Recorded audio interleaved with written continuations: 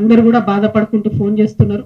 నిరంజన్ రెడ్డి గారి వల్ల వనపర్తి జిల్లాలో మళ్ళా బీఆర్ఎస్ పార్టీ జన్మలో కోలుకోలేని దెబ్బ పడ్డది. ఆయన చేసిన అవినీతి, ఆయన చేసినటువంటి అన్యాయం, ఆయన బీసీల మీద పెట్టినన్ని కేసులు, ఆయన ఉద్యమకారుల మీద పెట్టినన్ని కేసులు, ఇవన్నీ ఒక్కొక్కరు చెప్పుకొని కళ్ళలో రక్తం వచ్చేటట్టు ఏడుస్తున్నారు. మరి అన్నిటికన్నా ఎక్కువ ఆయన ఒక్కటి కాదు 3 ఫామ్ హౌస్లు కట్టుకున్నారు. ఆయన ఒక్కసారి ఎమ్మెల్యే అయితే, ఒకసారి మంత్రి అయితే 3 ఫామ్ హౌస్లు కట్టుకున్నారు. కట్టుకుంటే సరే కష్టార్జితం మీద కట్టుకున్నాడో, తన పిల్లలు పంపిస్తే కట్టుకున్నా అని ఆయన చెప్తున్నారు. ఇబ్బంది లేదు, కానీ అందులో అసైన్ భూములు ఉన్నాయని చెప్తున్నారు. అందులో ఆర్డీఎస్ కోసం సేకరించినటువంటి భూములు ఉన్నాయని చెప్తున్నారు.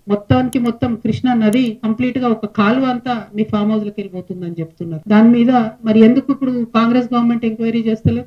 ఏం అండర్స్టాండింగ్ ఉన్నది? 101%. మరి నిరంజన్ రెడ్డి గారు చేసినటువంటి అవినీతి కేసీఆర్ గారికి తెలియదా? లేకపోతే ఈ అవినీతి పైదాకా పోకుండా హరీష్ రావు గారు కాపాడినరా? ఈ అవినీతి పైన తెలిస్తే కేసీఆర్ గారు నిరంజన్ రెడ్డికి టికెట్ ఇవ్వరని చెప్పి కాపాడినరా? ఇప్పుడైతే మీడియా ద్వారా నేను కేసీఆర్ గారి దృష్టికి తీసుకెళ్తున్నాను. ఇక్కడ ఏ ఒక్క చిన్న పిల్లగాని కదిలిచ్చినా కూడా గొల్లుమని చెప్పి ఆయన అవినీతి గురించి చెప్తా ఉన్నారు. ఘోరాతి ఘోరమైన అరాచకాలు జరిగినాయి ఇక్కడ.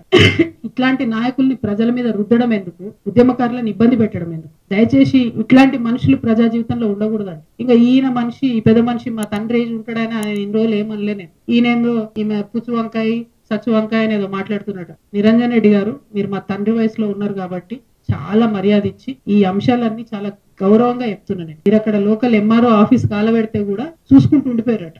మరి అది ఒకవేళ నిజంగా కేసీఆర్ గారికి తెలిసి ఊరుకుంటే మాత్రం 100% అది తప్పు అవుతుంది, అది కరెక్ట్ కాదు. ప్రజలు మంచి తీర్పు ఇచ్చారు. ఇంకా బీభత్సమైన మెజార్టీతో కొట్టేది ఉండే మిమ్మల్ని. ఇంకొకసారి నా మీద ఎటువంటి తట్టు మాట్లాడితే తండ్రి వయసు అని కూడా చూడము, పిచ్చిగా మాట్లాడితే పుచ్చలేసిపోతా చెప్తున్నాను.